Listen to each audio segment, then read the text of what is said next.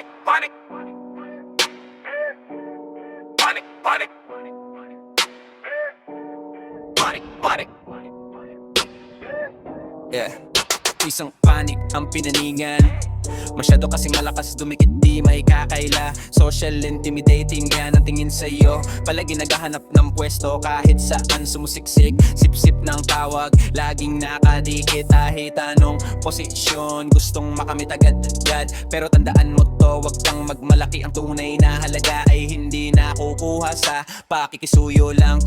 Isa ang nagsabotahe, isa naman gumawa ng hakbang. Pero alam naman ng lahat kung sino ang totoo sa ating harapan. Wag kang masaktan, hindi na tayo mga bata para magtampo sa maliliit na bagay na pinapalaki pa. Sa isip mo ba'y tama ang iyong ginagawa?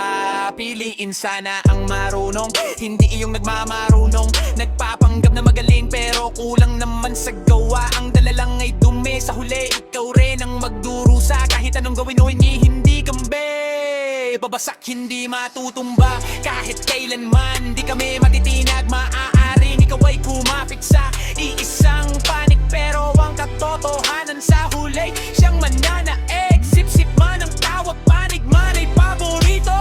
Tunay na lakas ay hindi nakukuha sa pagdidikdik lang ng todo. Naghahanap ng atensyon, parang kulang sa pansin.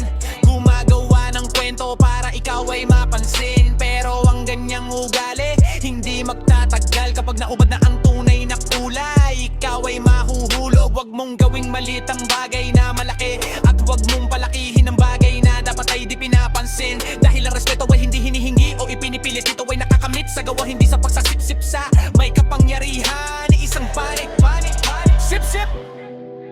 Pero kami ay nakatindig pa rin, katotohanan lang ang aming sandata. Sa huli tama pa rin ang mananay.